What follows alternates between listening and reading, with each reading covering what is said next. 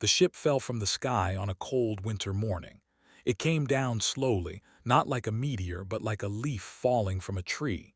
People in the small Korean village have watched it descend. They did not run. They did not scream.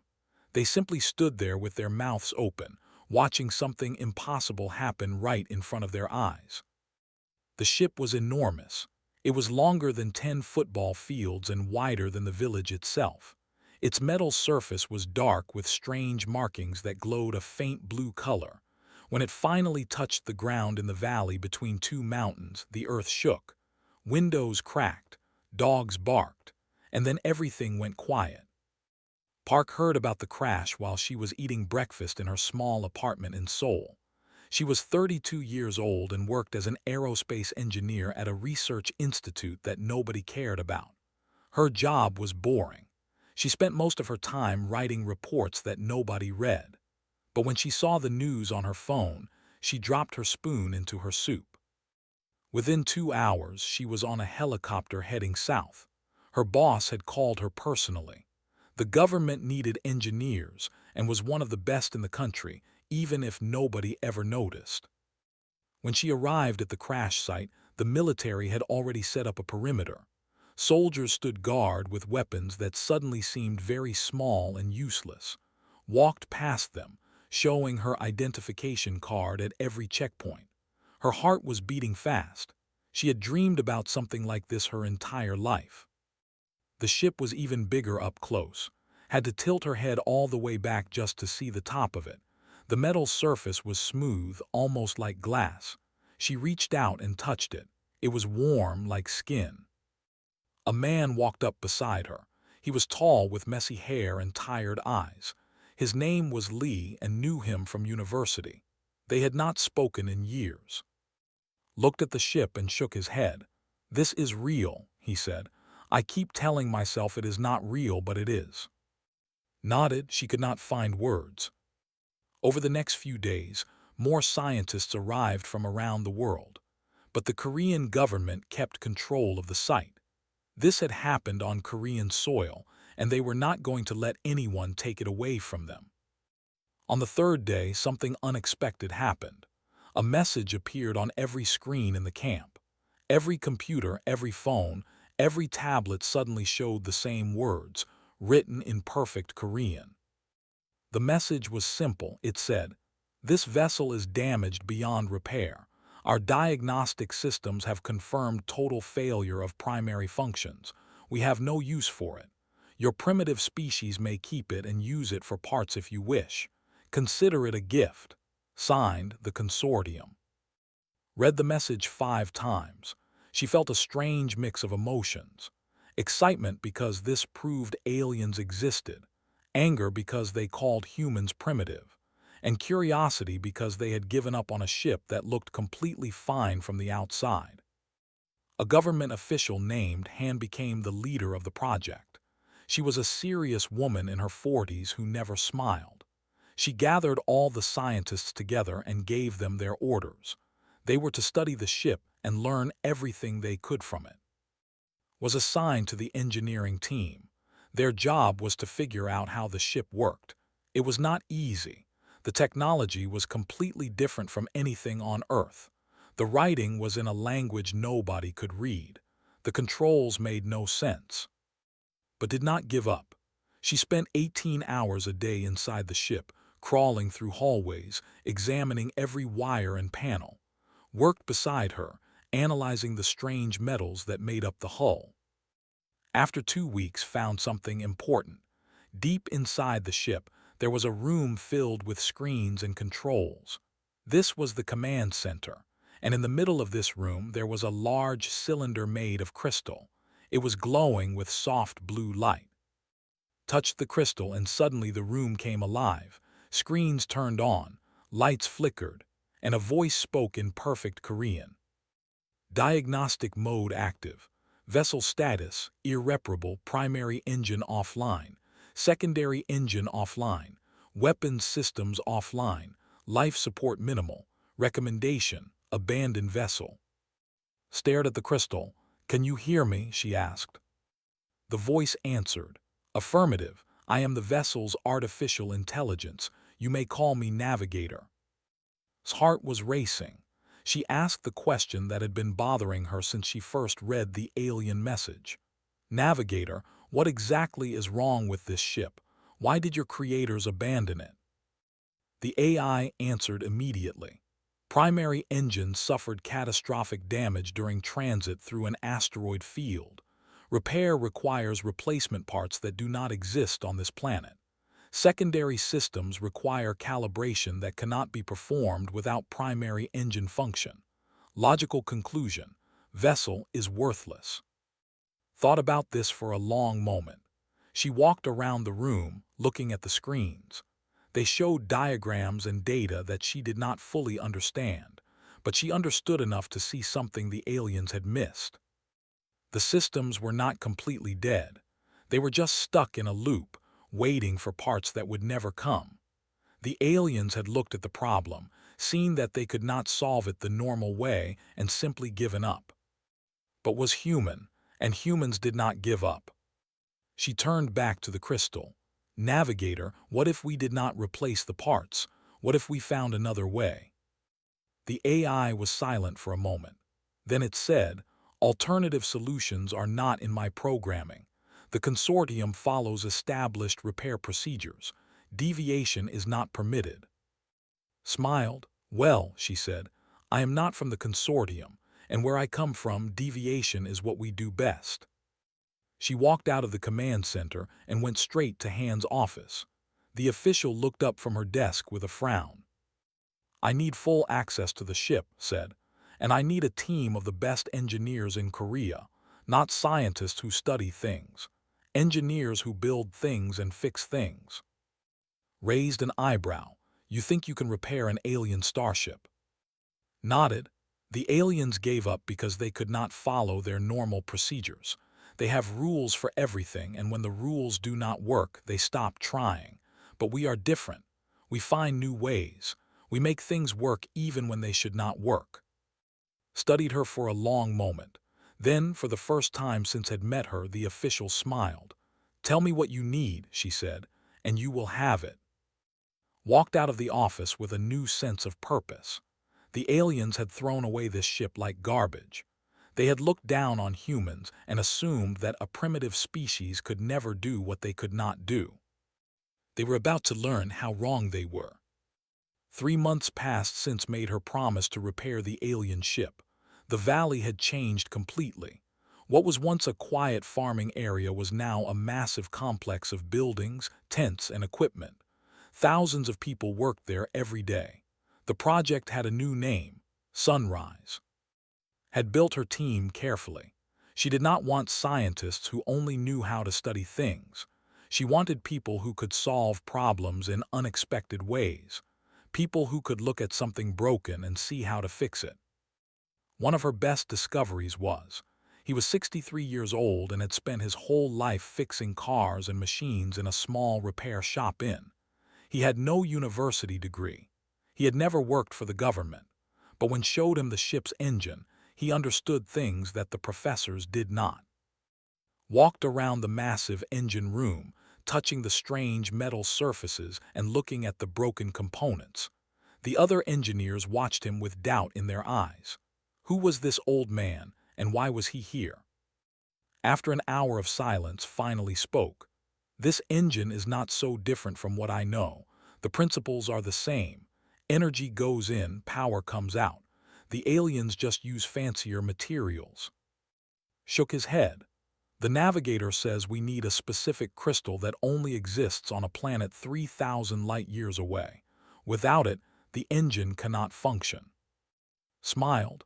"The navigator says a lot of things, but the navigator also gave up. Maybe the navigator is not as smart as it thinks." Over the next few weeks and worked together to understand the engine.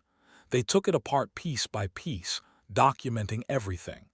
The navigator watched them through its sensors and repeatedly told them they were wasting their time. They ignored it. The breakthrough came from an unexpected source. A young woman named had been hired to work on the ship's computer systems. She was only 24 years old, but she was already famous in the programming world. She had once hacked into one of the largest banks in Asia just to prove she could. Instead of going to prison, she was recruited by the government. Spent her days trying to understand the alien software. It was incredibly complex, far beyond anything humans had ever created. But it also had a weakness that she noticed after 3 weeks of study. She called in the others to a meeting in her workspace. Screens covered every wall, filled with alien code that looked like art. "I found the problem," said. "The aliens are not creative. They are very smart, very advanced, but they do not think outside their rules." She pointed to a section of code on the largest screen. "Look at this. The diagnostic system checks if a part is working correctly. If it is, the system continues. If it is not, the system stops and waits for a replacement. There is no third option. There is no way to work around the problem." Leaned forward, "So the system cannot imagine doing things differently." "Exactly," said. "Their entire civilization works this way. They have solutions for every problem, but only the solutions they already know. When they face something new, something not in their database, they do not know what to do." Laughed. "And we are the opposite. When something breaks, we find a new way to make it work. We tape it together, we use different parts, we do whatever we have to do." Nodded. "I can rewrite some of the code. I can tell the system to accept alternative solutions, but I need to know what alternatives we are going to use." All eyes turned too. The old mechanic rubbed his chin and thought for a long moment. Then he smiled. "The crystal they need produces a specific type of energy. I have been studying it. The energy is similar to something we already make on Earth. Not exactly the same, but close enough." He walked to a table and picked up a small device. "This is a modified plasma generator. We use similar technology in some experimental fusion reactors. I adjusted it to match the energy signature of the alien crystal." Looked skeptical. "Similar is not the same. The navigator said the tolerance is extremely precise." "The navigator was designed by beings who follow rules," replied. "We are beings who break rules. Let us see what happens." They installed the modified generator into the engine, rewrote the code to accept the new energy source. The navigator protested repeatedly, warning them that they were making a mistake. They ignored it again. Stood at the control panel, her hand hovering over the activation switch. Her team stood behind her. Everyone was holding their breath. She pressed the switch. For a moment nothing happened. Then a deep hum filled the engine room. The lights flickered, the floor vibrated, and then, for the first time in months, the engine came alive. The navigator's voice filled the room. It sounded confused. "Secondary engine online. Energy source unknown. This should not be possible." Laughed, she could not help it. "Welcome to Earth," she said, "where impossible is just another word for not yet." The celebration was short. 2 days later, Han called an emergency meeting. Her face was pale as she stood before the team. "We have received a transmission," she said, "from space, from the consortium." She played the message on a large screen. An alien appeared. It had skin, large black eyes, and no visible nose or ears. Its voice was cold and mechanical. "Humans of Earth, we have detected activity from the vessel we abandoned on your planet. You have attempted to repair it. This is unacceptable. The vessel belongs to the consortium. You will cease all operations immediately and prepare the vessel for retrieval. You have 30 of your Earth days to comply. Failure to comply will result in consequences." The message ended. The room was silent. Spoke first. "They want it back. Now that we have proven it can work, they want it back." Crossed his arms. "They threw it away like garbage. They do not get to take it back now." Looked at. "The government is asking for your opinion. What do we do?" Thought for a long moment. She remembered the message the aliens had sent when they first arrived. They had called humans primitive. They had looked down on Earth like it was nothing. "We keep working," said. "We do not stop. We do not give them the ship. and we make sure that when they come to take it, they find something they never expected. Nodded slowly. I will tell the president. We will need to prepare for the possibility of conflict. As the meeting ended, walked back to the ship. She stood before its massive hull and placed her hand on the warm metal. You were thrown away, she said quietly. They thought you were worthless, but we see what you can become, and we are going to make you shine. The ship hummed beneath her hand, almost like it was responding, almost like it understood. 28 days remained. The alien ship arrived exactly on the 30th day. It appeared in the sky above Seoul like a dark cloud, blocking out the sun. People looked up and felt fear in their hearts. The ship was 10 times larger than the one that had crashed in. It was shaped like a spear, long and sharp and threatening. Commander stood in the military command center, watching the alien vessel on dozens of screens. He was 50 years old with hair and a face that showed no emotion. He had fought in many battles during his career, but nothing had prepared him for this. All defense systems are ready, his assistant reported. Missiles are armed, fighter jets are in the air. Nodded, but he knew the truth. Human weapons were designed to fight other humans. Nobody knew if they would work against alien technology. At the complex, and her team watched the same screens with growing worry. They had made incredible progress in the past month. The ship's secondary engines were fully operational now. Some of the internal systems were working, but it was not enough. The ship was still grounded. It still could not fly. A transmission came through on every frequency. The same skinned alien from before appeared on screen, but this time there was another figure beside him. A female alien with lighter skin and golden markings on her face. I am ambassador of the consortium, the female alien said. Her voice was smoother than the other alien, but there was no warmth in it. I have come to collect our property. You have had 30 days to prepare. We expect the vessel to be ready for transfer. Han responded on behalf of Earth. She stood tall and spoke clearly. Ambassador, the vessel was abandoned on our planet. Your own people declared it worthless. Under our understanding of property law, it now belongs to Earth. Ambassador tilted her head. The movement was strange and unsettling. Your understanding is incorrect. Property remains property regardless of its location or condition. This is not negotiable. Then we have a problem, said, because Earth is not going to surrender the vessel. There was a long silence. Ambassador looked at the way a person might look at a child who had said something foolish. You do not understand your position, the ambassador said. Your species has existed for only a brief moment in cosmic time. You have not yet left your own planet. You are infants, and infants do not negotiate with adults. They obey. Did not back down. Perhaps that is how things work in your consortium, but Earth has a different tradition. We do not obey simply because someone is bigger than us. We have fought against impossible odds before, and we have won. Ambassador made a sound that might have been laughter. Fascinating. Your courage is admirable even if it is foolish. Very well. We will give you 7 more days to reconsider. Use this time wisely.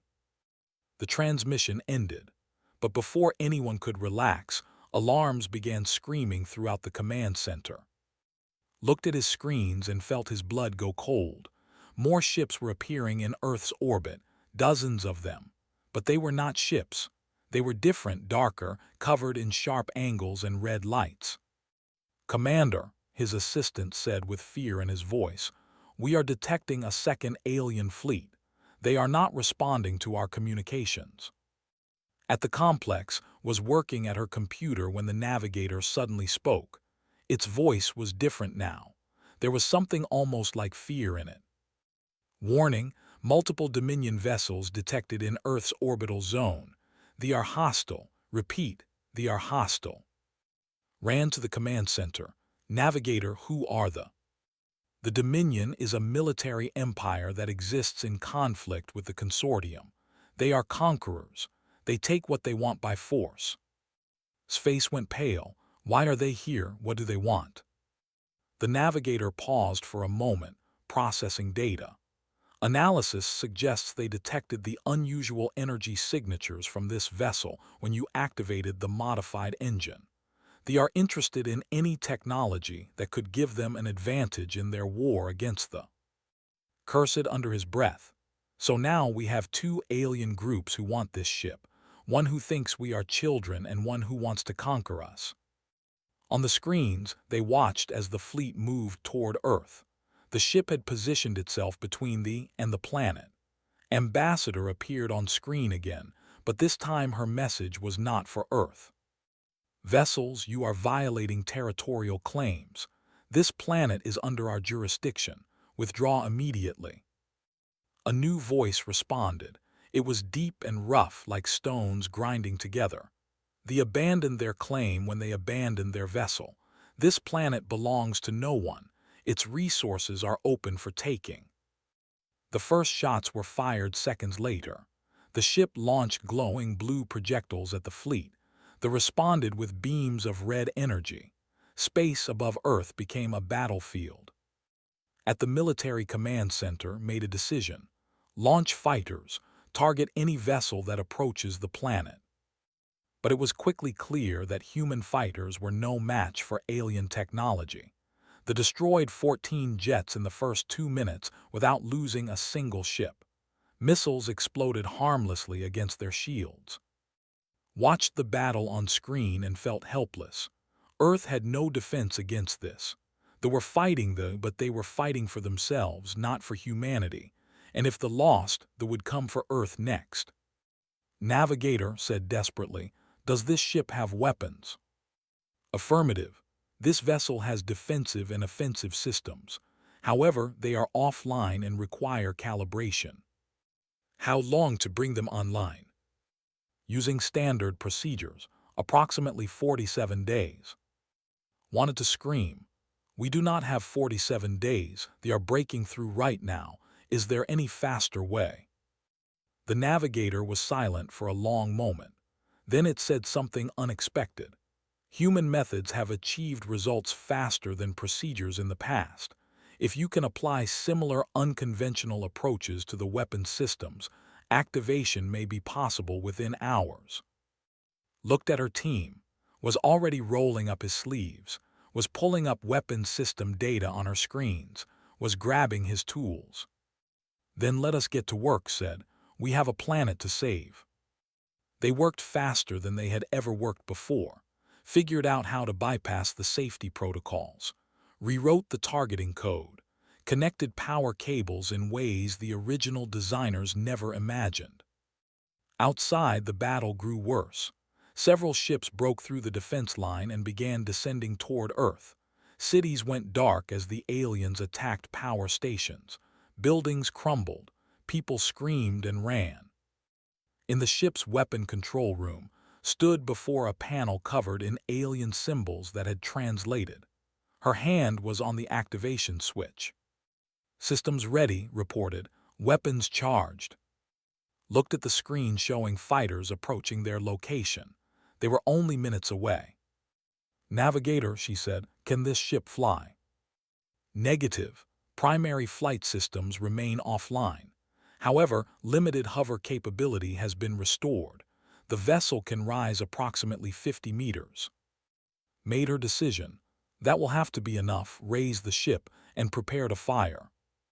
The abandoned vessel that everyone thought was worthless began to hum with power. Slowly, impossibly, it rose from the ground for the first time since it crashed on Earth. The fighters changed course, heading straight for the rising ship. Looked at the weapons control and took a deep breath. Let us show them what humans can do with garbage, she said. The ship rose into the sky and felt the power beneath her feet. The vessel was shaking, struggling against its own weight. Warning lights flashed everywhere. The navigator kept announcing system failures and dangers, but the ship was flying. For the first time since it crashed on Earth, it was flying. The fighters came at them like angry wasps. There were 6 of them, small and fast, their red weapons already glowing. They clearly expected an easy target. They had no idea what they were about to face. "Weapons locked," announced. Her voice was calm even though her hands were shaking. "Fire," commanded. Blue light erupted from the hull of their ship. The first blast hit the lead fighter directly. The alien vessel exploded into a million pieces. The second and third shots took out 2 more fighters before they could even react. The remaining ships scattered, trying to regroup. They had expected to attack a grounded, helpless target. Instead, they found a warship that was shooting back. Laughed from his position at the engine controls. They were not expecting that, but did not celebrate. She was watching the larger battle on her screens. They were losing. Their single ship was powerful, but they had numbers on their side. More and more alien fighters were breaking through the defense and heading toward Earth. "Navigator, can we reach orbit?" asked. "Negative. Current engine capability allows for atmospheric flight only. Orbital velocity requires primary engine function, which remains offline." Was examining data on his tablet. His face suddenly went pale. "You need to see this." He showed her the screen.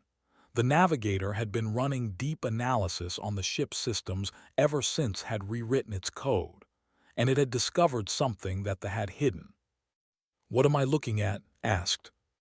"This ship was not abandoned because it was broken," said. "It was abandoned because of what it can do." The navigator spoke up. "Clarification. This vessel was an experimental prototype. It contains technology that the consortium deemed too dangerous for deployment. The crash was intentional. This vessel was meant to be lost." Felt her heart skip. "What kind of technology?" "Gravity manipulation. This vessel can generate localized gravity wells. In simple terms, it can create small artificial black holes." Everyone in the control room went silent. Spoke first. "Are you telling us this ship can create black holes?" And they just threw it away. "The technology was unstable," the navigator explained. "Multiple test runs resulted in catastrophic failures. The Science Council determined that the risk was too great. The vessel was scheduled for destruction. But before that could happen, the crew abandoned it on an unpopulated planet. They believed it would be found eventually, perhaps by a species advanced enough to study it safely." Looked at her screens with new understanding. "But Earth is not unpopulated. Billions of people live here." "Correct. The navigation system malfunctioned during the abandonment procedure.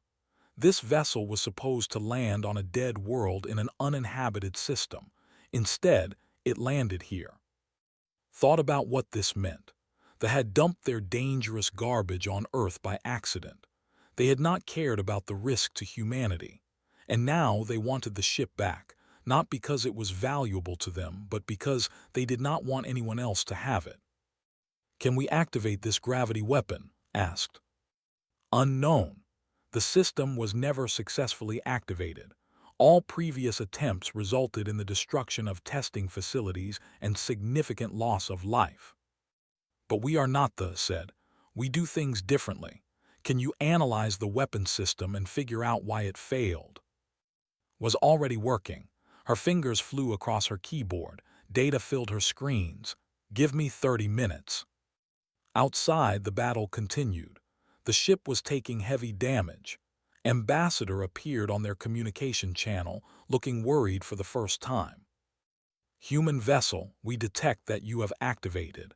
Impressive, but they are overwhelming our defenses. If you have any additional capabilities, now would be the time to use them." Responded, "We are working on something. Hold the line as long as you can." The ambassador almost smiled. "Almost.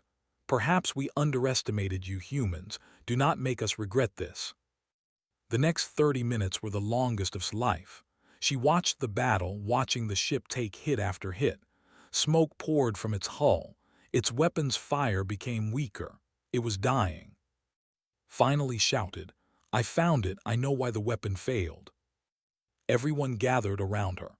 She pointed at her screens with excitement in her eyes. They were afraid of the gravity weapon.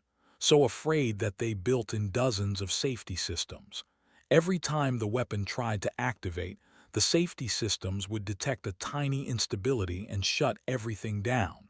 The problem was not the weapon itself. The problem was that they would not let it work. Nodded slowly.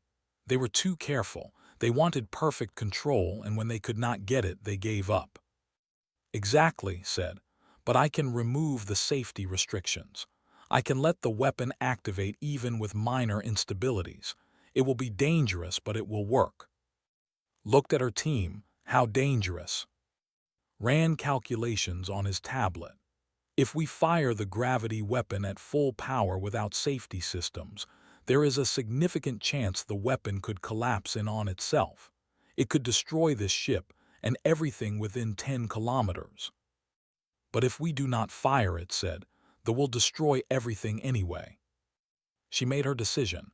Do it, remove the safeties, we fire the weapon. Worked quickly. Lines of code disappeared from the system. Warning messages flooded the navigator's displays, but nobody paid attention to them. Weapon system ready, announced. Targeting the main fleet on your command. Took a deep breath. She thought about Earth, about the billions of people depending on them. She thought about her parents in Seoul, probably hiding in their apartment right now. She thought about everything humanity had built and everything they still wanted to become. Fire, she said. The ship shuddered, every light flickered, and then something incredible happened. A ball of darkness appeared in space, directly in the center of the fleet. It was small at first, no larger than a car, but it grew, and as it grew, it pulled everything toward it. Ships tried to flee, but they could not escape the gravity well. They were dragged in, crushed, destroyed. Ship after ship disappeared into the darkness. The fleet that had seemed so unstoppable was being eaten by a weapon that they had been too afraid to use. After 30 seconds, the gravity well collapsed. It disappeared as quickly as it had appeared. Where the fleet had been, there was nothing, just empty space. On the ship, Ambassador stared at her screens in shock. She could not believe what she had just witnessed. On Earth, in the command center, slowly lowered himself into his chair. His hands were shaking. And on the abandoned Starship, and her team looked at each other with wide eyes. They had done the impossible. They had taken a weapon that the most advanced species in the galaxy had deemed too dangerous to use, and they had used it to save their world. The navigator spoke, and for the first time, there was something like respect in its artificial voice. Gravity weapon successful, fleet destroyed. Human modifications proved effective. Updating database, humans are no longer classified as primitive. Smiled, glad you noticed. Word of the battle spread across the galaxy faster than anyone expected. Every spacefaring species heard the story. A primitive planet, a discarded ship, an impossible victory. Within a week, 3 different galactic councils demanded to meet with representatives from Earth. The consortium was the loudest. They claimed that the ship still belonged to them and that humans had stolen their technology. But their voice was weaker now. They had seen what humans could do. Was chosen to represent Earth at the Galactic Assembly. It was held on a massive space station at the center of the galaxy, a place where hundreds of species gathered to discuss matters of cosmic importance. She traveled there on the same ship that had once been abandoned as worthless. Her team came with her. The journey took 3 weeks. In that time, worked with and to upgrade the ship even further. By the time they arrived at the assembly, it was not the same vessel that had crashed in Korea. Human engineering had transformed it into something new. The Galactic Assembly was held in an enormous chamber with seats rising up in every direction. Thousands of aliens watched as walked to the central platform. Some looked curious. Some looked hostile. Many looked at her with confusion, unable to understand how such a young species had achieved what older civilizations could not. Ambassador was there, representing the consortium. She stood at her own platform, her golden markings catching the light. We call this assembly to discuss the matter of the Earth vessel. announced. The humans have taken property and modified it without permission. They have used experimental technology that was classified as forbidden. They have upset the balance of power in this region of space. Listened calmly. When finished, it was her turn to speak. "Let me tell you what actually happened," said. Her voice was clear and steady. "Your people came to our planet and dumped a broken ship in our backyard. You left a message calling us primitive and telling us we could keep the scrap metal. You did not ask if we wanted it. You did not care about the risk. You threw away your garbage on our world because you did not think we mattered." Murmurs spread through the assembly. Many aliens had not heard the full story. "We could have ignored the ship," continued. "We could have stripped it for parts just like you suggested, but we are human. And humans do not throw things away just because they are broken. We fix them. We improve them. We find new ways to make them work." She pressed a button on her platform, and images appeared on screens throughout the chamber. Images of her team working on the ship. Images of rewiring alien engines with human technology. Images of rewriting code that had remained unchanged for thousands of years. "Your engineers looked at this ship and saw something worthless. Our engineers looked at it and saw potential. Your scientists tried to repair it using your standard procedures. When those procedures failed, you gave up. Our people tried new things, failed, tried again, failed again, and kept trying until we succeeded." Ambassador interrupted. "You succeeded by removing safety systems. You used a weapon that we classified as too dangerous. You took an unacceptable risk." "Yes," agreed. "We did, because the alternative was watching our planet be destroyed. You created a weapon so powerful that it scared you. So powerful that you locked it away and refused to use it even when your own ship was being destroyed by the... We were not afraid. We used what we had, and we won." The chamber was silent. Thousands of eyes watched and waited. Stepped forward. "You call us primitive, you call us children, but let me ask you something. How long has your consortium existed? How long have you traveled the stars?" Answered proudly. "The consortium has existed for 40,000 years."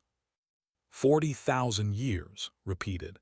"And in all that time you never figured out how to repair that ship. It took us 3 months." She let that statement hang in the air. This is what humanity brings to the galaxy. We are young. We are inexperienced. We do not know your rules or your traditions. And maybe that is exactly what you need. Because sometimes, when you have been doing things the same way for 40,000 years, you need someone to show you a different way. Pulled out a small device and activated it. A hologram appeared above her platform, showing the ship as it looked now. It was sleeker, more powerful, covered in modifications that blended human and alien technology. This vessel was abandoned. Now it is the most advanced ship in this sector of space. We did not just repair it. We improved it. We made it faster. We made it stronger. We stabilized the gravity weapon that your own scientists said could never work." She looked directly at Ambassador. "You want this ship back. You want to take what we built. Then you will have to take it from us. And after what you saw us do to the fleet, I do not think you want to try." The assembly erupted in discussion. Representatives from dozens of species talked among themselves, debating what they had heard. After several minutes, a new voice called for order. It came from an ancient species called the Watchers, beings who rarely spoke but whose words carried great weight. Their representative was a tall figure made of living crystal, and when it spoke, everyone listened. "We have observed humanity for some time," the Watcher said. "We have seen their history, their wars, their art, their science. They are a species of contradiction, capable of great violence and great compassion, destruction and creation. They break things and they build things." The crystal figure turned to look at. "Today, they have shown us something important. They have shown us that being young is not the same as being weak. They have shown us that different thinking can solve problems that old thinking cannot." The Watcher raised one glowing arm. We propose that Earth be recognized as a sovereign power in this galaxy. We propose that the vessel in question belongs to humanity, not because of law, but because they earned it. They took something worthless and made it invincible. That is not theft. That is transformation. The vote was not close. Nearly every species voted in favor of humanity. Even some representatives voted yes, though Ambassador was not among them. When it was over, walked back to her ship. Her team was waiting for her, had tears in his eyes, was grinning, just nodded, but she could see the pride in his face. "We did it," said. "We actually did it." The navigator's voice came through the speakers. "Correction, you did it. I was programmed to believe this outcome was impossible. I have had to rewrite significant portions of my core assumptions." Smiled, "Welcome to humanity." As they prepared to leave the station, sensors detected something unexpected. Ships were approaching. Not ships from dozens of different species, all heading toward Earth. "Navigator, what is happening?" asked. "Analysis complete. These vessels are not hostile. They are requesting something." "Requesting what?" "They wish to bring their own abandoned technology to Earth. Vessels, stations, and devices that their own engineers could not repair. They have heard what humans did with this ship. They want to see if humans can do the same for them." Looked out the window at the approaching fleet. Ships of every shape and size, all coming to Earth, all asking for help. She thought about what they had said when they first arrived. They had called humanity primitive. They had looked at Earth and seen a garbage dump, a place to throw away things they no longer wanted. Now those same species were coming to that garbage dump and asking the primitive beings for help. Because the primitive beings had done something that the ancient, advanced civilizations could not do. They had turned worthless into priceless. Gave the order to return home. The ship that had been abandoned rose up and flew toward Earth. Behind it, a fleet of hopeful visitors followed. The age of humanity had begun.